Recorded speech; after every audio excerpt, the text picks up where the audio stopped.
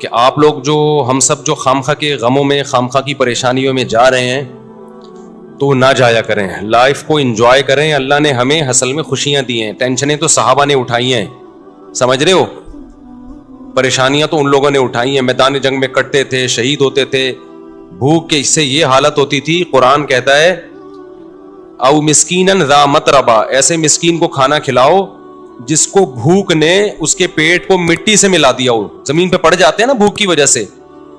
وہ لوگ تھے اصل میں جن کو پریشانی تھی, غربت کی, مہنگائی کی. ہمیں وہ پریشانیاں نہیں ہیں, ہم غریبیوں پہ اعتماد کر کے بیٹھ گئے ہیں. تو خوش رہنا سیکھو. اللہ کو یہ نا ٹیڑے میڑے چہرے پسند نہیں ہیں. ہر وقت مصیبت میں یار یہ نہیں ہو رہا, یہ نہیں مل رہا, یوں نہیں مل رہا, ایسے نہیں ہو رہا, یہ اللہ کو خوشی نہیں ہوتی, اللہ کو غصہ آتا ہے. دیکھو ایک باپ اپنے بیٹے کو کھلاتا ہے, پلاتا ہے, اس کو مختلف چیزیں دے رہا ہے, بلکہ باپ سے زیادہ شوہر کی مثال زیادہ اچھی طرح سمجھ میں آئے گی. ایک شوہر ہے اپنی بیگم کو کھلاتا بھی ہے, پلاتا بھی ہے, اس کو شاپنگ بھی کراتا ہے, اس کو تمام نعمتیں دے رہا ہے. بیگم ہر وقت منہ بنا کے بیٹھی رہتی ہے. کتنا غصہ آئے گا نا مرد کو, کیونکہ ہم لوگ آدمی ہیں نا, ہم لوگ کو پتا ہے ان چیزوں کا. کتنا غصہ آتا ہے نا. آدمی کہے گا بیگم کبھی منہ پہ مسکراہٹ بھی لے آیا کرو, کبھی اچھا بھی بول دیا کرو. ایک آدمی کسی کے گھر گیا, میزبان نے کہا آئیے کھانا کھائیے, مہمان نے کہا نہیں, میزبان نے کہا کبھی اچھا بھی کھا لیا کریں, آ جائے کھانا کھا لیں آپ, ٹھیک ہے نا. تو کتنا غصہ آتا ہے نا آدمی کو ناشکری بیوی پہ. بھائی بیگم کبھی منہ سے اچھا بھی بول دیا کرو. تو اس کو اتنا غصہ نہیں آتا, آپ کو اتنا غصہ نہیں آتا جتنا اللہ کو آتا ہے, کہ ان کو ساری نعمتیں مل رہی ہیں, ساری خوشیاں, کھا رہے ہیں, پی رہے ہیں, سو رہے ہیں. ان کو ٹینشن اس کی ہو رہی ہے میرا بچہ سٹی اسکول میں کیوں نہیں پڑھ رہا, بیکن ہاؤس میں کیوں نہیں پڑھ رہا, اور مجھے ذاتی گھر کیوں نہیں مل رہا. اللہ کو غصہ آتا ہے ان چیزوں پہ. تو اللہ کو خوش لوگ پسند ہیں, سمجھتے ہو. غمزدہ لوگ اللہ کو بالکل بھی پسند نہیں ہیں. غم صرف ایک اٹھاؤ, آخرت کا. غم کون سا اٹھاؤ؟ آخرت. میں آپ کو بتاؤں, ہم نے اللہ والوں کو دیکھا ہے, ان کو جب کوئی دنیا کی مصیبت پہنچتی ہے نا, تو ان کو غمزدہ ہوتے ہوئے شرم آ رہی ہوتی ہے. غمزدہ ہوتے ہوئے شرم آ رہی ہوتی ہے کہ اللہ کو کیا منہ دکھائیں گے. اللہ کہے گا اتنی خوشیاں تجھے دی ہیں. ہمارے حضرت مفتی رشید احمد صاحب رحمہ اللہ آخر عمر میں بیمار ہو گئے, تو جب کوئی ان کے پاس عیادت کے لیے جاتا نا, تو ایک عالم آئے ان کی خدمت میں, عیادت کے لیے گئے اور کہنے لگے آپ کو دیکھ کے بڑی ٹینشن ہو رہی ہے. تو حضرت نے فرمایا مجھے تو ہو نہیں رہی, آپ کو پتہ نہیں کیوں ہو رہی ہے. انہوں نے فرمایا کہ میری عمر 70 سال سے زیادہ ہو گئی ہے, اب بھی بیمار نہیں ہوں گا تو کب ہوں گا بیمار بھائی. اب تو اس عمر میں تو زیادہ تر لوگ مر چکے ہوتے ہیں, ہم زندہ ہیں, اس پہ غنیمت ہے بھائی. تو ٹینشن نہیں لے رہے تھے. وہ کہہ رہے اب بھی نہیں بیمار ہوں گے تو کب ہوں گے بھائی, اب تو بیماری کی عمر ہے بھائی, اب تو جو ہے غریبی چل رہا ہے. پھر بھی مانتے نہیں تھے کہ میں بیمار ہوں. ٹھیک ہے نا, ان کو کہ مجھے شرم آتی ہے اپنے آپ کو بیمار کہتے ہوئے. بلکہ حضرت تو یہاں تک فرمایا کرتے تھے اگر بیمار ہو نا, دوائیں چھپ کے کھایا کرو, دنیا کو نہ بتایا کرو میں بیمار ہوں, میں یہ ٹیبلٹ. آج کل دوائیں کھانا فیشن بن گیا ہے. جتنا بڑا آدمی ہوگا نا شوگر کی گولیاں کھا رہا ہوگا. یہ ایک فیشن ہے کہ سر جو ہے صبح یہ ٹیبلٹ لیتے ہیں, شام کو یہ ٹیبلٹ کھاتے ہیں. غریب آدمی ٹیبلٹ ویبلٹ بیچارہ وہ پاپے چائے میں ڈبو کے کھا رہا ہوتا ہے. یہ مالداروں کے مسائل ہیں کہ سر آپ کی شوگر کہاں پہنچ چکی ہے. ٹھیک ہے نا, مالدار جس کو شوگر نہیں ہے غریب آدمی ہے, اس کو شوگر ہی نہیں ہے. یہ تو فیشن ہے نا. تو حضرت فرمایا کرتے تھے کہ بیمار بھی ہونا دوائیں چھپ کے کھایا کرو, لوگوں کے سامنے اپنی کمزوریوں کو اور بیماریوں کو شو مت کرو. سمجھتے ہو؟ کہا کہ صحیح ہے, بس ہم ٹھیک ہیں, بہترین ہے.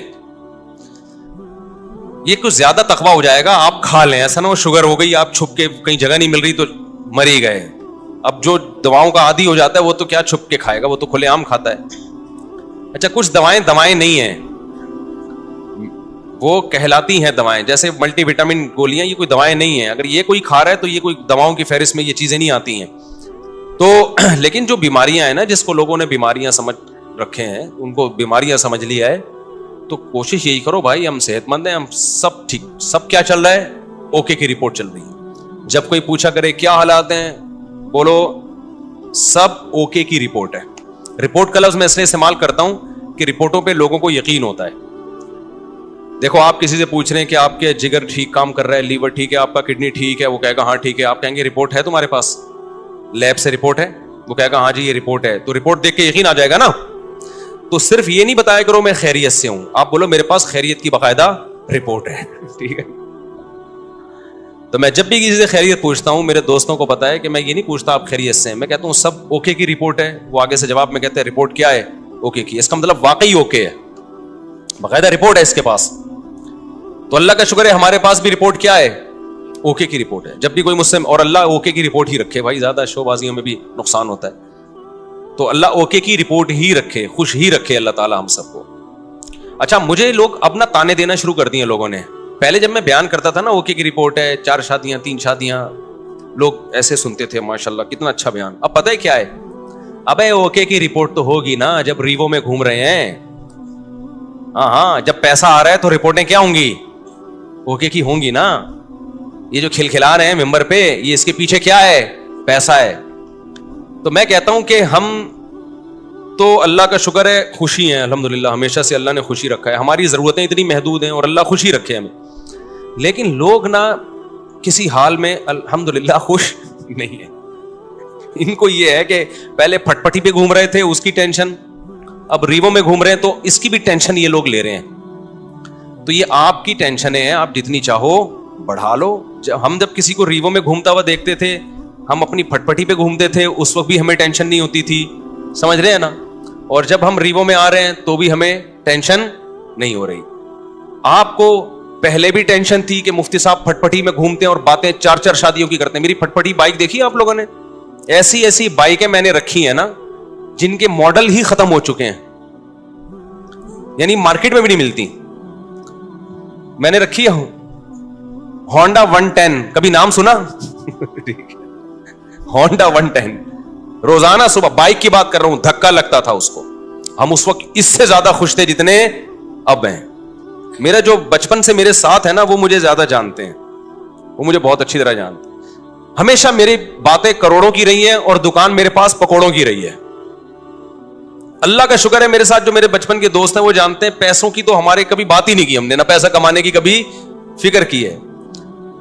تو پھر ہم نے گاڑی جب میں نے خریدی نا FX, پرانا ماڈل جس کی چھت پچکی ہوئی تھی, 40,000 قسطوں پہ میں نے گاڑی لی تھی.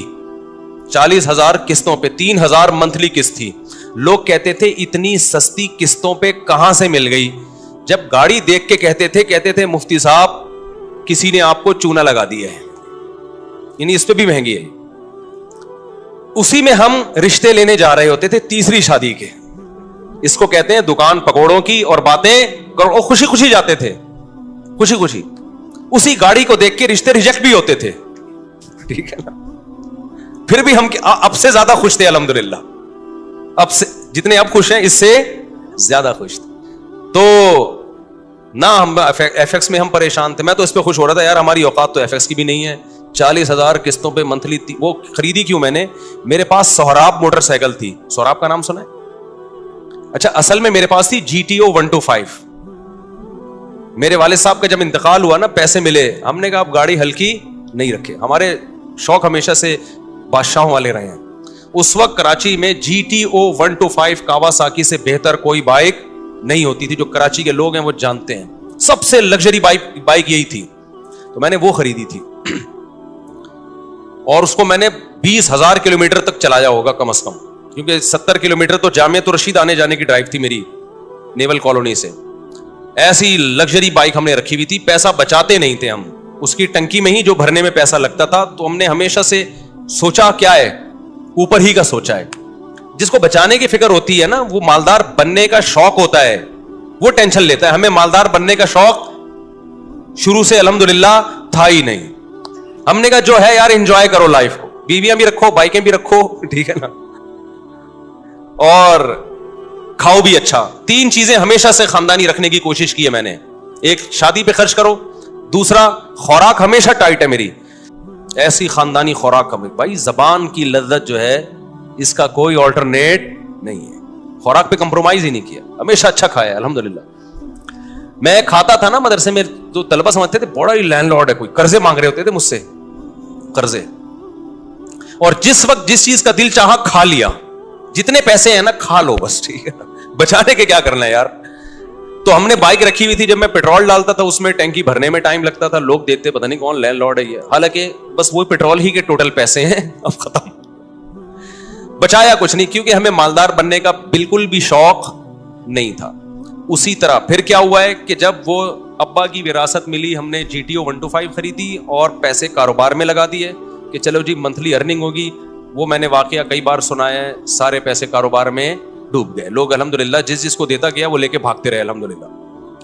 اس کے پھر مجھے نتیجہ یہ نکلا کہ پراٹھے میں چھوڑ نہیں سکتا تھا, تو بائک مجھے بیچنی پڑ گئی اپنی. سمجھ میں آ رہی ہے بات؟ اب خوراک میں اور بائک میں جب ٹکراؤ ہوگا تو بائک کو قربان کر دو, خوراک کو قربان مت کرو.